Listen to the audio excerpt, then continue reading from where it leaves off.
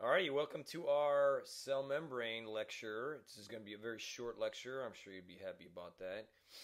The focus of this lecture is to really kind of get a closer look at what the cell membrane does and what are the components of the cell membrane.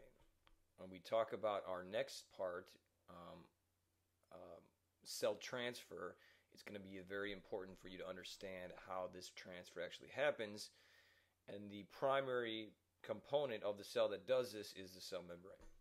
So let's remember the role of the cell membrane is basically to allow things in and out of the cell. Okay. Now this is a cross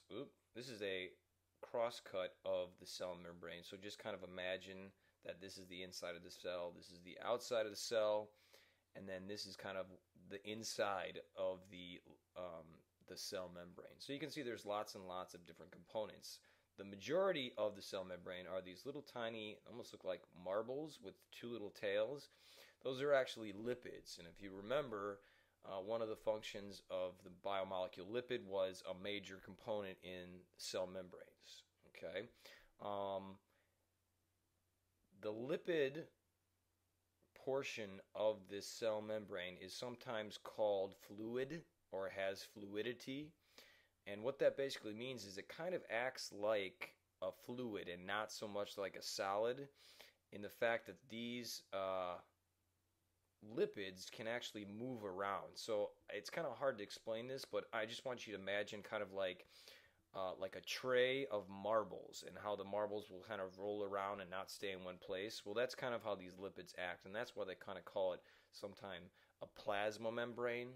Like a cell membrane can also be called a plasma membrane.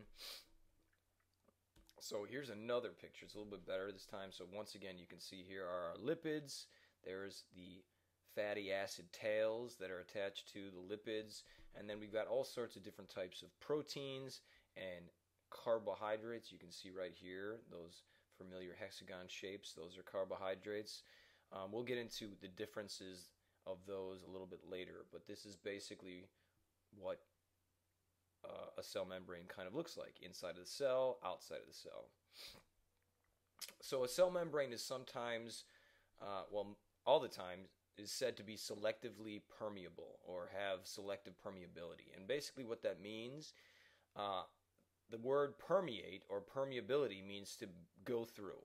And so if something has selective permeability, that means that it only allows certain substances to actually pass through. So you can see by this picture right here, this barrier, this yellow thing, is said to be selectively permeable, and you can see there's little tiny pores there, and basically the pores are kind of small, so the components of this mixture that are small enough to fit through the pores will actually permeate across the membrane.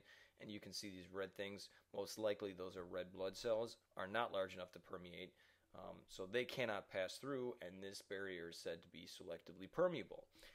The cell membrane acts pretty much the same way as this barrier. Some things can go through it, some things can't. Okay, so let's take a look at the components of the cell membrane. So like I said earlier, the majority of the cell membrane is made of lipids, all right, but it's a specific type of lipid. It's called a phospholipid, all right, and so it is a little bit different than the lipid that we had talked about last chapter, the one that kind of had a glycerol and 3 fatty acids. This one right here, it has only 2 fatty acids, and it does have that glycerol right there, but there's actually a phosphate group that's on top of the glycerol. We kind of call it the head of the lipid. So you can see that this is kind of just a summed up crude drawing of what this molecule really looks like. It has a head and it has 2 tails. We call the head a polar head, and then we call the tail nonpolar. All right? And really what you need to know about that, you'll understand what polar and nonpolar is next year in chemistry, but what you need to know is polar just means that it's hydrophilic, and nonpolar means it's hydrophobic. Hydro, of course, means water. Philic means to like, so it's water liking or loving. All right, and then the hydrophobic, hydro water, phobic, obviously means fear, so water fear. So water is okay being around this. Water does not like the tail. Okay, so when we actually put all the different phospholipids together, what they actually do is form kind of like a double layer, all right, with the heads being on the outside of the cell membrane. All right, so like if this would be the inside of the cell and this would be the outside, you can see that the outside of the cell membrane is the hydrophilic heads, and the inside of the cell membrane is the hydrophobic tails. So we actually call this a lipid bilayer, bi meaning two, so it's a lipid two-layer. Okay. So what this means with this arrangement is that certain molecules like ions and sugars and proteins are repelled by this interior. So when they come against this, all right, they can't get through it because they are kind of pushed away, kind of like a magnet, like the same on a magnet. They push away from each other. So certain things will just kind of not be allowed to just pass right through this phospholipid bilayer.